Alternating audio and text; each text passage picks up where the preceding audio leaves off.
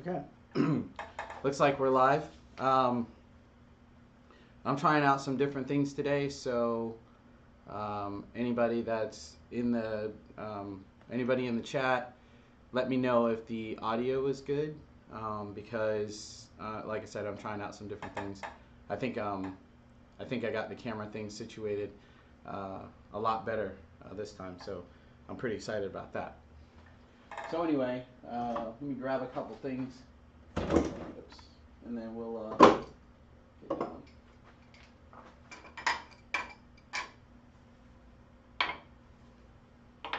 Okay.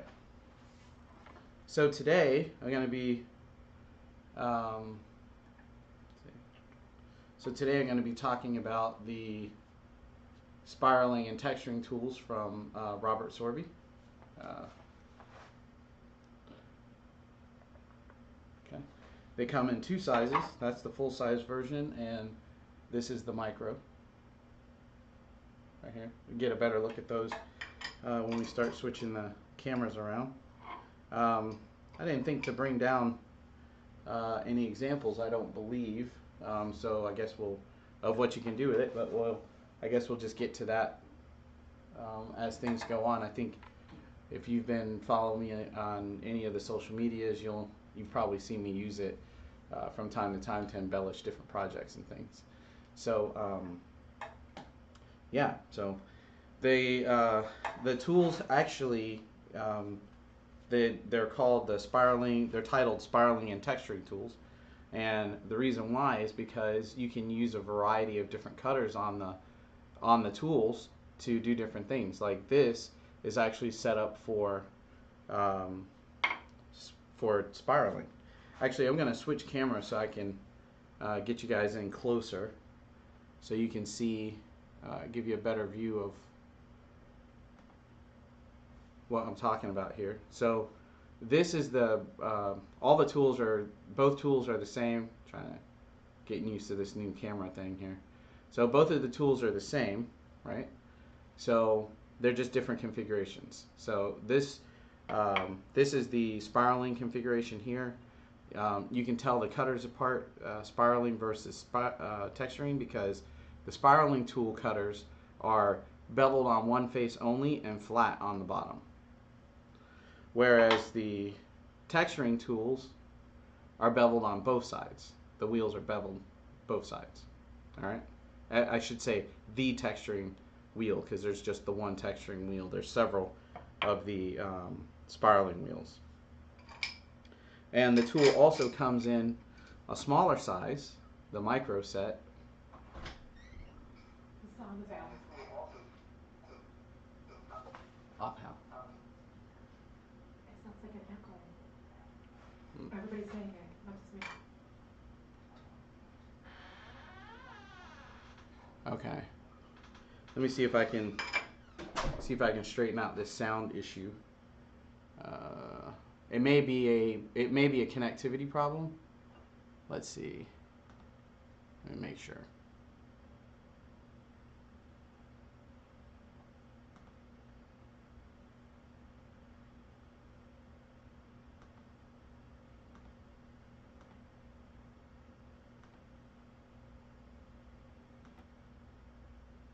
Is that better?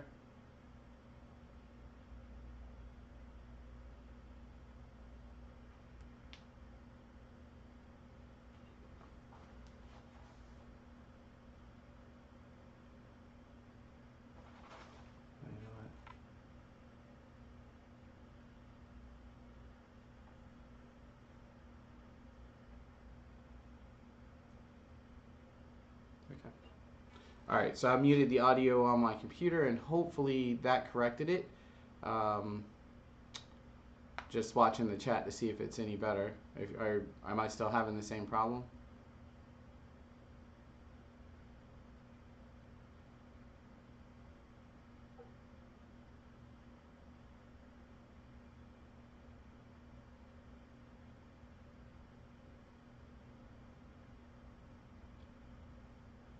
Okay, maybe I got it fixed up then, if you're not hearing the echo anymore. Well, let's see. Melinda, if you're listening right now, can you verify that it's better, please? Okay. All right. Well, I'll just go ahead and move on. So I'm going to go back and talk about the tools again, just in case it wasn't um, easy to hear what I was saying before. I'll just run over that real quick. So again, this is the Robert Sorby spiraling and texturing tool. This is in the spiraling configuration. The spiraling cutters are different because they're beveled only on the top edge, not the bottom. And also, I didn't mention this before, but this sled is very important for the creation of the spirals, and not necessarily needed for, actually not needed at all for the texturing configuration. So this is actually the same tool. I just took the sled off of it so that I can use it for texturing, because like I said, I don't need the sled for the texturing. And you'll notice that the texturing wheel is beveled on both faces.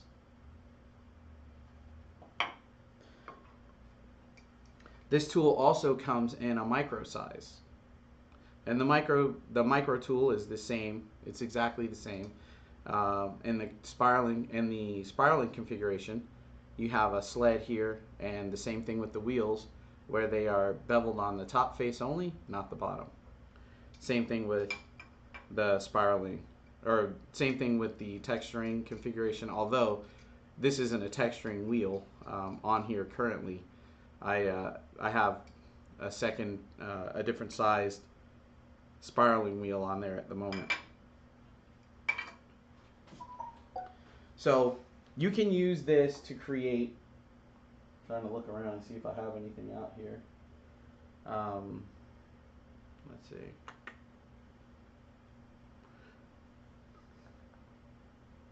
Actually, I'll be right back. I'm going to go grab a couple of examples. It'd be much easier to talk about it that way.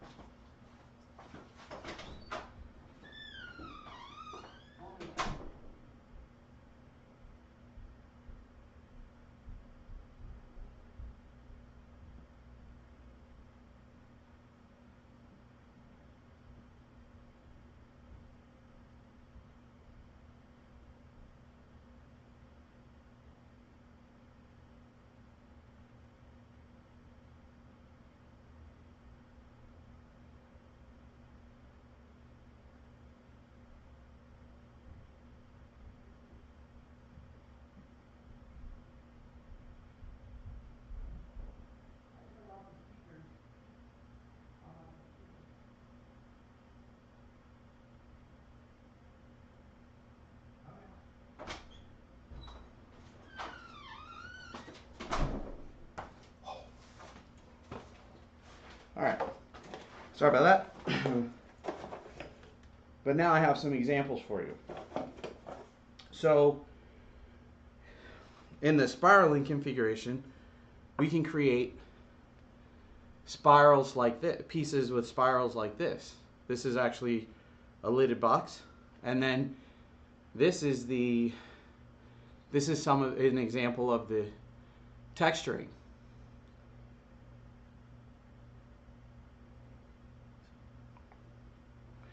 This is an example of the texturing on the bottom. I'm sorry about the video issues and audio issues. I'm not sure what's going on. I'm trying to work those out as I go. But thanks for pointing it out too also, so that I know that I need to work on it. So, and as far as the texturing goes, these are some of the pieces that I make when I'm on the road doing shows to demonstrate the kind of texturing that you can do with this tool. And these are basically just little discs. I take a round like this, and I go ahead and texture the end of it, and then just part them off. These I have put magnets on the back, to give, just hand out at the show. And here's a couple other little tiny hollow form pieces that I've turned over the years at the doing demos and things. And these are just some of the things that you can do with these tools. Now to kind of like, it's nice that you can do all these textures and things, but to kind of bring it back um, into, you know, how is this useful in my wood turning? So I made this little ring holder. Still getting used to this new camera setup here. So I made this little ring holder, and you can see that I've spiraled the post in the center. You put the rings on top of the post and, you know, your necklaces or whatever in the bowl. And then on the edge here, I've used the tool in the texturing configuration to add a little bit of texture here around the rim.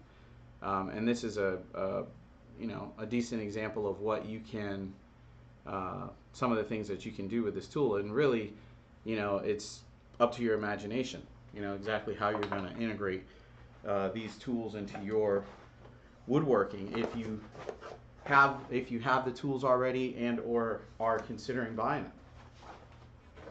them. And I realize that not everybody's going to have these tools. Not everybody's going to have these tools.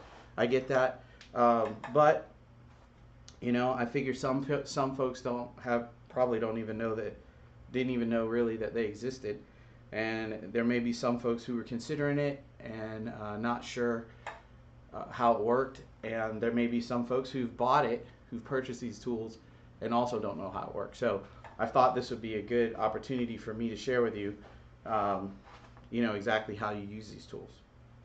So the first thing I'm going to do is I'm going to go ahead and show you how to spiral with this tool. So let me clear some of these tools off the bench here, and we'll get started with that.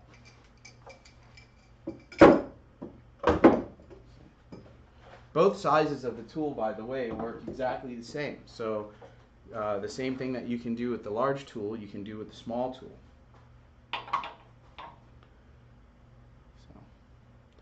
Now the first thing that we need to know, I need to change this up a little bit. All right. So the first thing that why is that up there? Okay. First thing that we need to know is firstly, a couple of things about how the tool works. So on the, let's see, I don't know if this is going to show right, but let's see, there we go. So right here on the sled, you can see that there's a series of numbers on here. This controls the pitch or the spacing between your spirals. So you can adjust this to make your spirals tighter, narrower, or wider. You can adjust this, and there's a line struck right here on the top of the bar that you use to line up to those numbers. All right, and you can adjust it in either direction. So if you want the spirals to go the opposite direction, then you would just loosen the sled and you twist this to set it in the opposite direction. Now when you're setting this up, what you want to do is you want to set it up so that the bottom of the bar is cutting on center. So I think we're sitting a little low right now. Still. Okay. So I'm not sure how well that's going to show, but let's see. Yeah, that's as far out as I can go. Far in as I can go with the zoom. I think. There we go. Oops. Sorry. Didn't mean to give you a headache there. Just trying to get in closer and give you a better look. Okay. So what I have now is I have the bottom of this bar cutting just about at center. All right. And that's where you need to be when you're cutting spirals. Widen this out a little bit. Sorry about that. Went the wrong way again. I get used to this. All right. And typically I do this at about 500 RPMs. There is a formula hanging around, you know, doing it about 500 RPM seems to work pretty good. So that's a good way to run with that. So as far as your tool rest, what you want is you want to be close enough. You want to be far enough away and close enough that you can work with the tool, but not so close to the work that it falls off the rest. All right. Like I said, we're going to be doing this at about 500 RPM.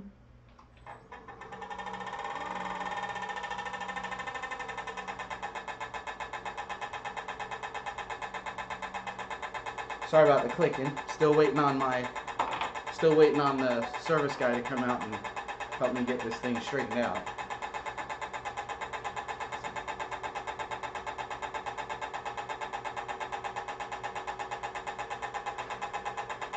So what you want to do is you want to enter the cut. You want to bring the bottom edge of the tool to the work, and then once you start to cut, drop the cutter because it's a scraper and it cuts on the down. It cuts on the cuts once you raise the handle and lower the tool. So what you want to do first is you want to start out. You want to take a test cut. Okay. What we're looking for is, let's switch this again. All right. What we're looking for is we're looking for these nice long deep cuts, not so much these little ones in the middle. And that just means that the diameter of the blank is not evenly divisible by the number of teeth. So because we have all these little marks in between, which I think those are coming through on the camera, you have these little marks in between. So what we're going to need to do is we're going to need to take off a very small amount of material, because it's probably only off by a very small amount. So we'll take a small piece, we'll take a very shallow cut on the work, and then we'll try it again. Again, there's formulas and all that sort of thing to get it right the first time, but you know, who wants to do math at the lathe? So we're just gonna clean it up. We're just gonna take off a little bit of material and try it again.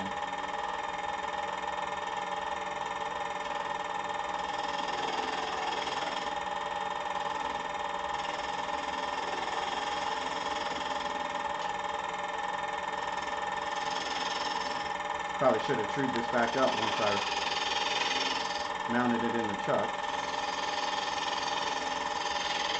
Go ahead and take care of that right now. I'm taking off more than I normally would for this correction, but that's just because I didn't bother to re-true up the wood before starting to cut the spiral. So take this opportunity to do that now. Okay. And we're going to try it again. Make sure my tool rest is in a good place. Get back down to 500 RPM.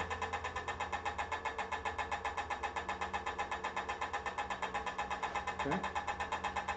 Bring the tool in level. Drop the handle for a test cut. Take a look and see. So that's a lot better. I still have a couple of little marks in between. For the purposes of this demo, I'm pretty good. I'm good with that. But if this was your final piece, you probably go ahead and take another slight cut and take that off. Now, I did mention that this tool it's only beveled on the top edge and not the bottom. All right, and because the bottom isn't beveled, we can use that to rekey into an existing spiral. So if you cut a spiral and you cut the spiral on your workpiece, and for whatever reason you didn't cut it deep enough, or you know, you needed to get back in there for some reason, like after we do our test cut here, we're going to want to get back into that same cut. So what we do is bring the tool in, introducing the bottom of the teeth, because those don't cut, and you can see that the tool will slot right back into the previous cut, which is actually pretty cool. So then what we're going to do now is, like I said, we're going to go ahead, introduce the bottom of the teeth first, allow it to rekey into the previous cut. Then we're going to raise the handle, and then we're going to use a fishtail motion.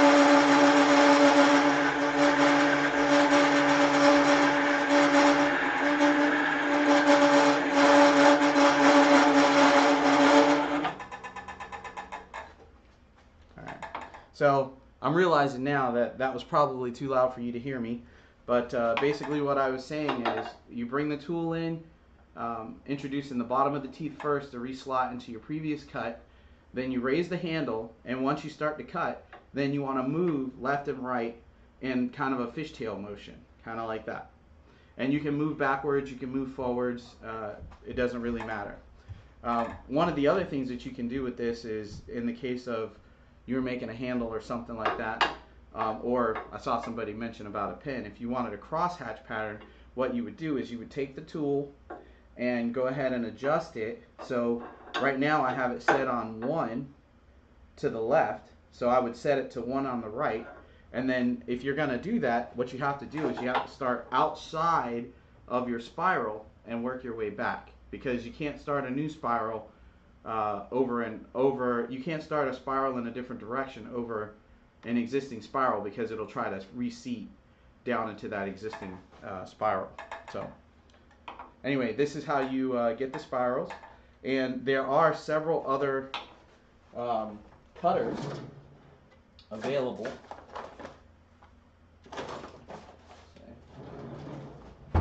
This is my box that I travel with. You can see that the TSA people have been quite kind to it and broke it all over the place, even though I had it packed inside of a Pelican case. They're very, very talented at that. But you can see that I have my texturing wheel here. This is another wheel, another spiraling wheel with much smaller teeth, which would make a much smaller spiral on your work. And I think I have little ones under there. Yeah, I have the little wheels underneath for the micro. This is, thought that was the spiraling one.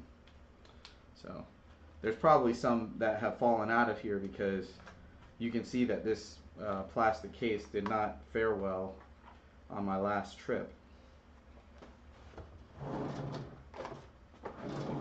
Anyway, let me check and see if we got any questions, and then we'll move on to the texturing bit.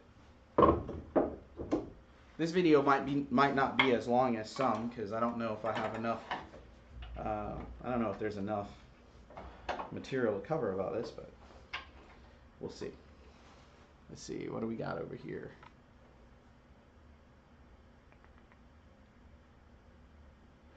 Rex B asked, how many texturing tools do I use, 2 or 3? You really only need the one, and you can reconfigure it mostly by, if you buy the spiraling and texturing tool kit, it comes with the texturing wheel and 2 of the spiraling wheels and the sled. And you can also buy just the texturing tool, which comes with the texturing wheel and no sled. And to switch back and forth, you simply remove the disc, remove the cutter, and then take the sled off to switch operations. In general, you really only need the one tool. You don't need to buy multiples. I have multiples because when I'm doing a demo, a lot of times I don't have a great deal of time, to have the customer's attention. So I don't have time to be fidgeting with the tool, removing cutting wheels and sleds and all that between operations. So I have 2 of each tool, so that I can have one set up for spiraling and one set up for texturing.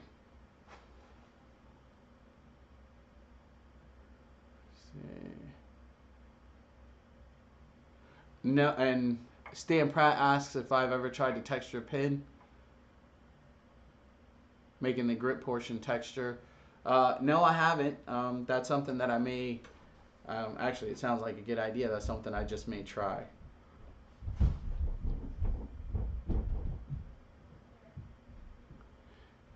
And Harold asks if the texturing wheels ever need to be sharpened, or do you just replace them? You can just replace them, but they also can be sharpened. And I can actually show you that. Let's see. Let me, I think this way would be better. Switch cameras, switch views again. Okay. So the tools can be sharpened. There's a couple of different ways you can do it. The way that I was taught by the demonstrator that trained me was, let me move this over.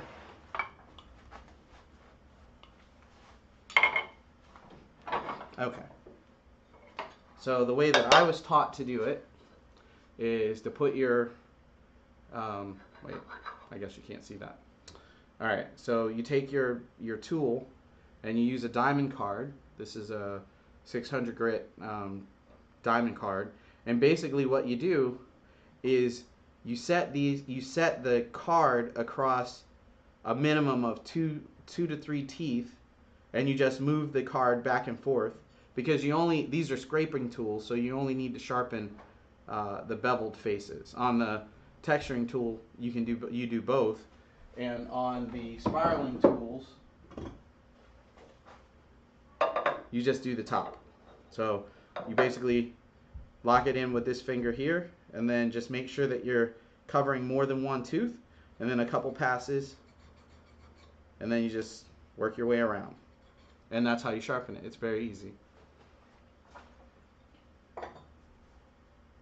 Okay. Let's see if we got any more questions. Okay, I think I caught up on the questions. So now I'm going to show you some of the texturing. Looking around for my pens. All right. Now there are rules to using the tool to spiral, such as tool positioning, speeds, and all that. With texturing, you don't really have those. You don't really have those limitations.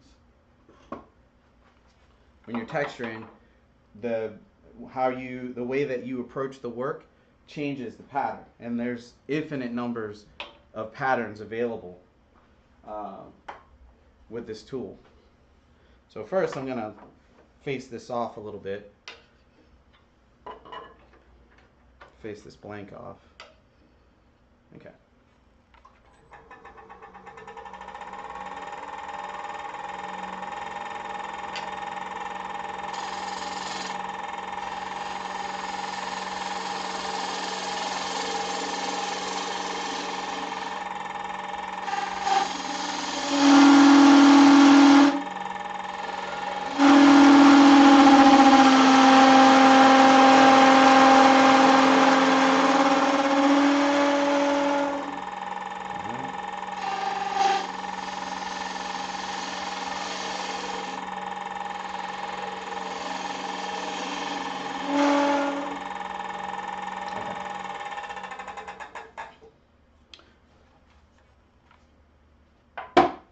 Alright, now that we have that faced off,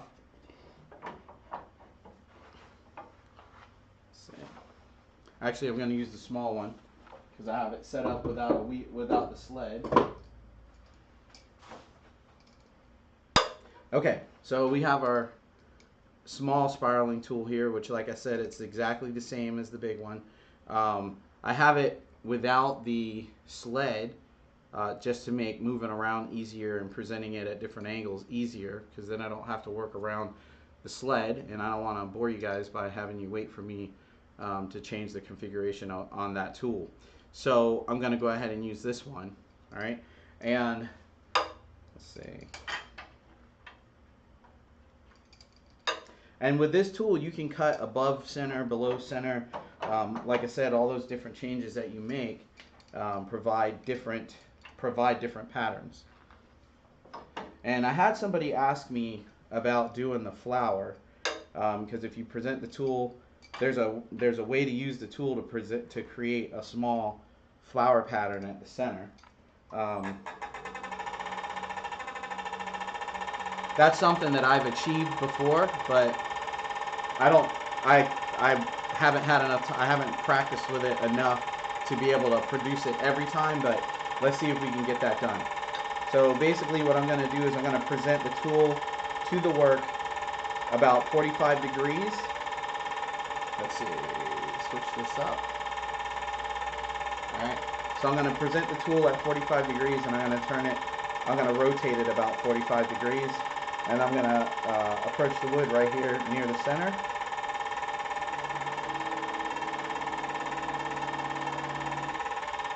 Alright, let's see if that got the flower. Almost, not quite. think I needed to go just a little bit. I think I laid it over a little too much. So let's see if, anyway, let me show you what I got. Let's see, switch over. Really happy about this new camera having a zoom feature. That's something I haven't had before. And getting you guys in close to see what I'm doing from the tailstock in has been a challenge up till now, but this looks like it's going to work out pretty well. See if it'll let me turn the light on. Nice. All right. So that's the pattern that I've gotten so far. So I can turn this, so I presented it this way. I can also present it the opposite direction and get a crosshatch pattern going.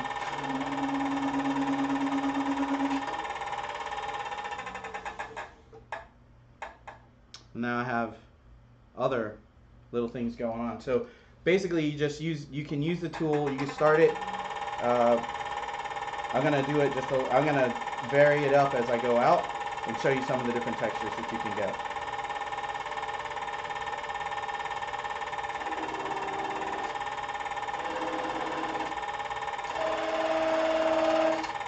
And then straight on.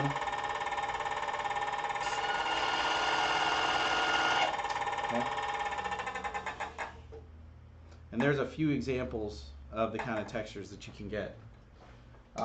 And when I'm at the shows, like the disc I showed you before, I bought these little brush tip markers, and I'll use those to highlight the pattern. So let's move this out of the way. Crank this up. All right.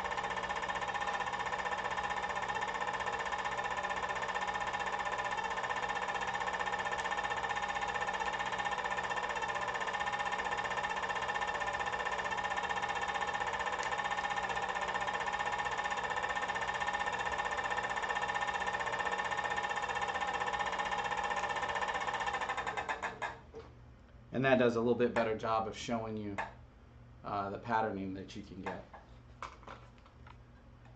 And then when I'm at the shows, the other thing I'll do is once I get this done, then I'll go back and I'll part this off, and then I'll just do another one. And a lot of times I give these away to, kids or, pretty much whoever's come by the show, whoever's come by the booth and they're interested in having one, I just hand them out. So let's part this off and we'll do it again.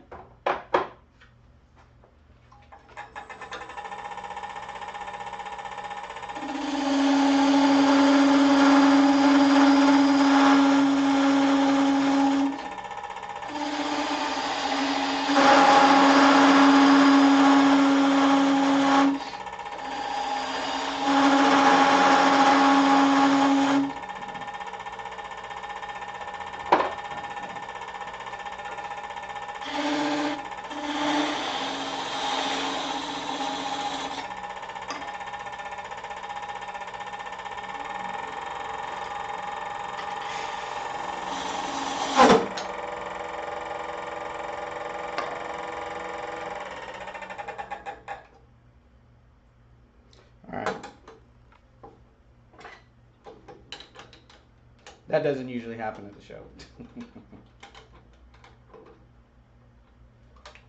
I guess I'm a little rusty at this.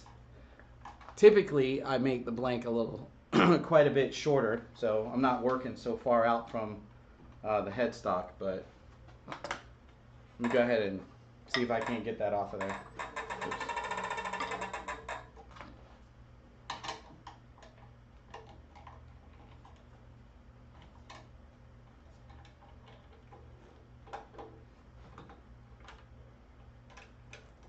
Alright, so if you're going to be trying this at home, definitely make your blank shorter. Yeah, let's go ahead and do that now.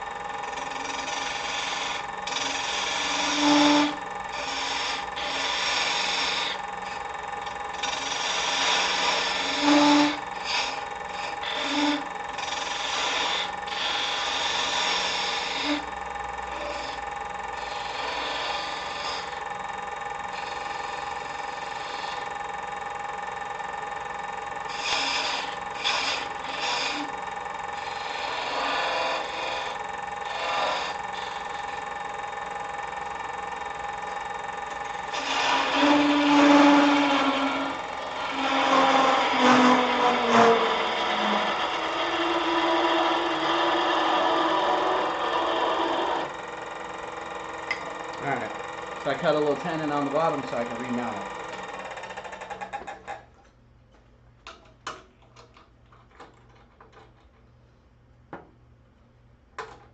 Hopefully I didn't make it too small.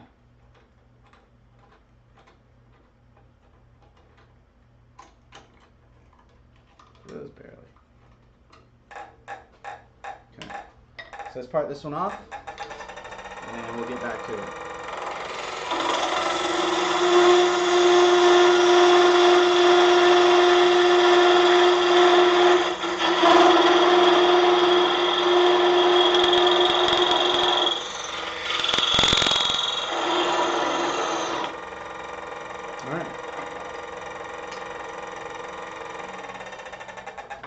So first thing I'm going to do is go ahead and re-true this up, and then I'll face off the end, and then we'll continue on.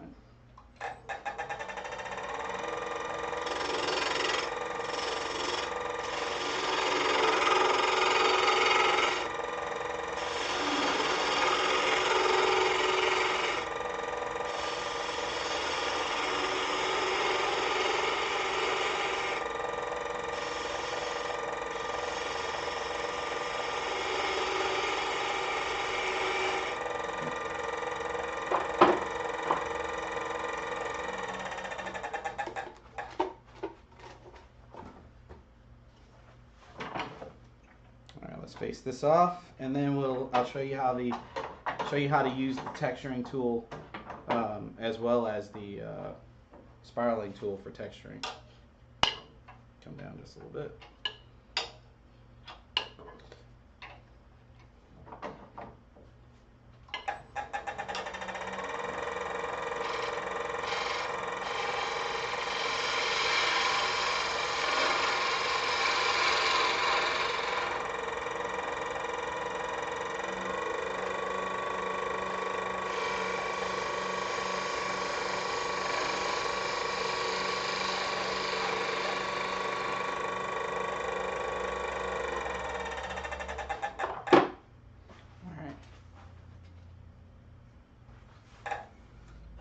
Okay. Now, let's get our spiraling tool back out. And now that I've recovered from my little boo-boo. Alright, so the spiraling tool actually gives the texturing wheel gives more of a orange peel kind of effect. So we give that. I'm going to give that flower another try. I got the lathe set at about 1,000 RPM now.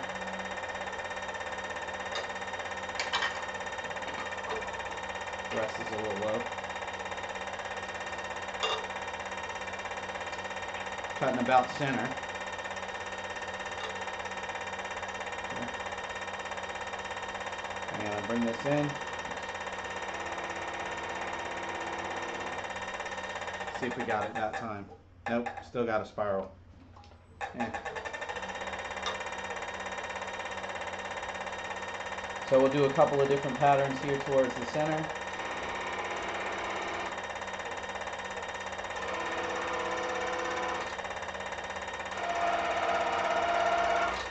Then we'll come out to the outside.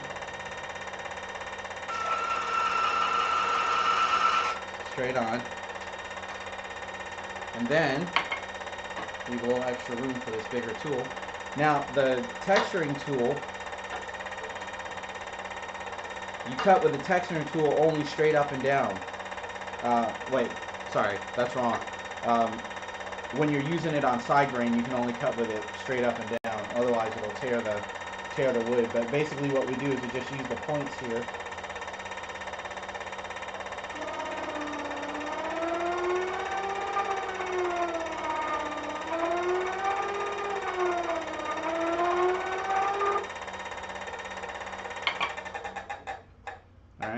So that gives you more of an orange peel texture. You'll be able to see it a little better once I get the markers out.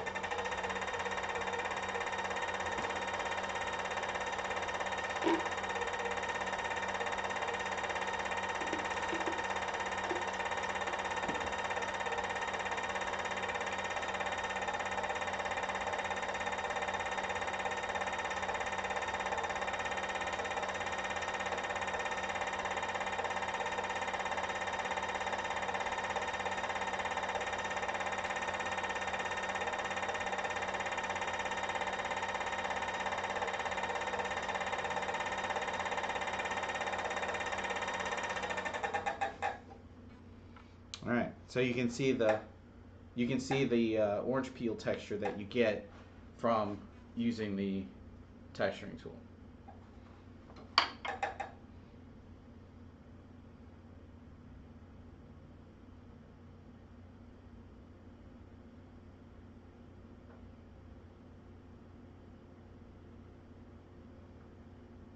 So Harold asks, do these tools give a consistent mark on a side grain bowl where you get end grain over part of the side? Yes, it does. That's something that I don't. That's something I haven't done. Actually, I do have an example from my good friend Jeff Hornug. Pardon me, just 1 second. I'm gonna run in and grab it, and we can talk about it.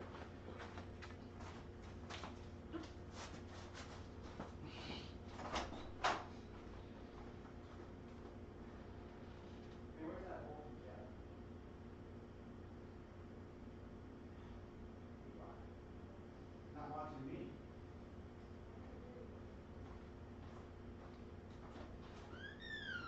I admit.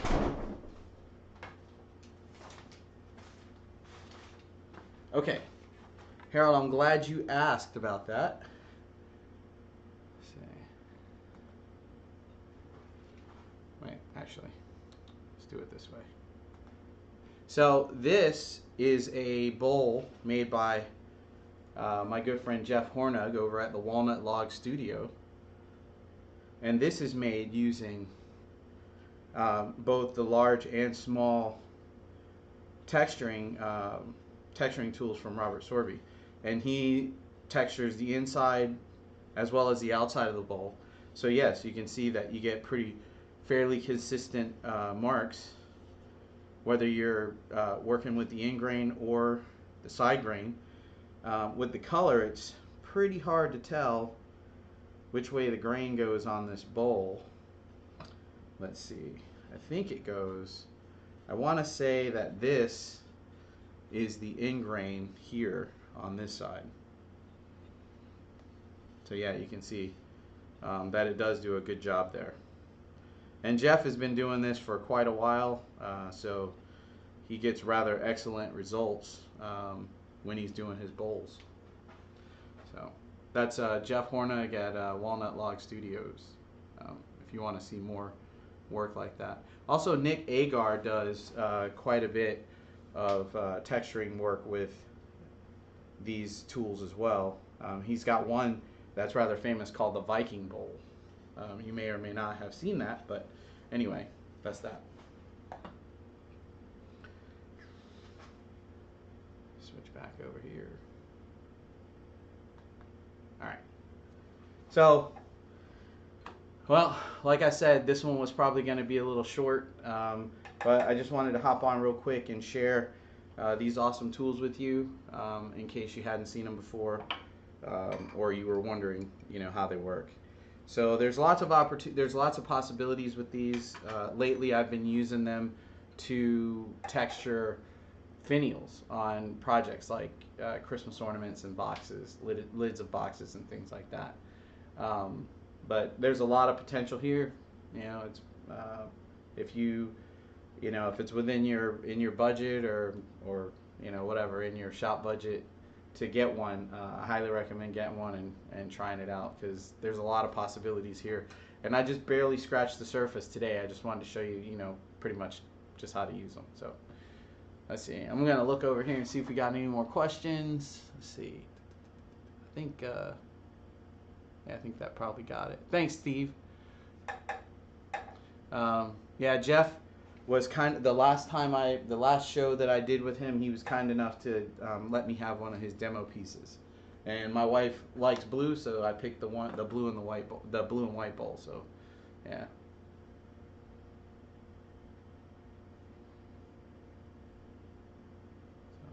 Another thing too about the tools, the micro tool, like I said, does pretty much the same thing.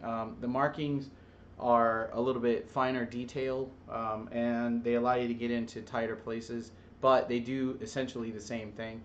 And even though the micro tool is a little bit less expensive, obviously, it's smaller.